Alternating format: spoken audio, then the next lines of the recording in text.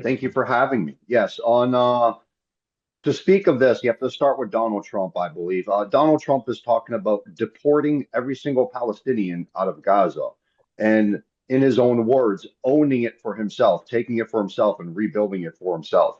He's talking about ceasefire. He's talking about peace, maintaining ceasefire, maintaining peace, while also talking about ethnic cleansing at the same time. These are two completely opposite concepts. You're fueling the fire while trying to calm it down. And to his credit, he stopped the genocide. He stopped the Holocaust. He said he was going to do it before he took office. That's an incredible boast, and he pulled it off. But now, at the same time, too, he's undermining his own accomplishments. And right now, for this Saturday, they're seeing the freedom fighters, Hamas, the heroes, have uh, have decided to postpone the prisoner exchange, citing that Israel is violating ceasefire, that they are obstructing aid, and that, well, Donald Trump's rhetoric about deporting everybody while talking peace, and they're right for that. They're absolutely right for that, for postponing it. And now that Donald Trump said that the uh, the prisoner exchange should go forward or all hell will break loose. I'm quoting him. And Netanyahu has made a lot of threats too. And now we have a potential breakdown of that ceasefire this Saturday. As for moving all the Palestinians out of Gaza is absolutely ridiculous. Of course, they should take part in the rebuilding. Whoever funds it, I mean, Israel should fund it. Israel should fund the rebuilding, the reconstruction. They're the ones who destroyed it. They should fund it. But the Palestinians have a right to rebuild their own city, their own territory. They should rebuild it to work like with their own hands and including their own culture and everything like that. And I really believe clearing them all out is in itself suspicious. Like, why not allow them? It's not just taking over the territory. It's not just an excuse for taking over the territory yourself. But I really believe that underneath all that rubble is evidence of all of Israel's war crimes. 1 year ago, last April, you guys remember when there was almost 400 people were found in a mass grave at a hospital in Gaza. Who knows how many other mass graves are there? Donald Trump is saying that there's about 1.8 million Palestinians left in Gaza right now. Before this Holocaust, there was 2.2 million.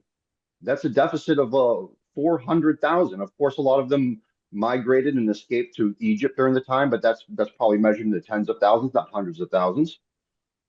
And it's devastating. And there's a lot of things going on underneath the surface. They're trying to ethnically cleanse and keep that entire area for themselves. It is absolutely ridiculous. We talk about international law. We talk about the United Nations, and at the same time as we're talking about it, the international law and the United Nations is routinely ignored. Donald Trump and Benjamin Netanyahu, America and Israel are the prime movers in all this. And again, international law in the United Nations is routinely ignored. So, talking about international law in the United Nations, I mean, we really have to make these things effective. We need effective international law. We need an effective United Nations. And how can we make these things effective? I mean, there's a lot of little ways. I really believe, first and foremost, I think we need to move the headquarters of the United Nations from America to a more neutral location. I do not think it's a coincidence that the area in which the United Nations is seated, it's inside of America, and it's America that is constantly abusing and ignoring the United Nations. I think the fact that the United Nations is inside of America, it gives it a locational advantage for influence, and that America is exerting more influence on the UN and bypassing the UN because it's located in America. I think we should possibly move the headquarters of the United Nations. We have international law, we have the United Nations, but again, they're routinely ignored. We have to do things to make international law in the United Nations more effective in their job, and that I think we really need a highlight on that. And again, I definitely appreciate you for having me. I wanted to keep it short.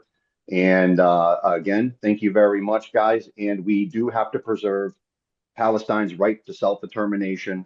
We have to keep them in their homeland, and they have the right to rebuild their own civilization.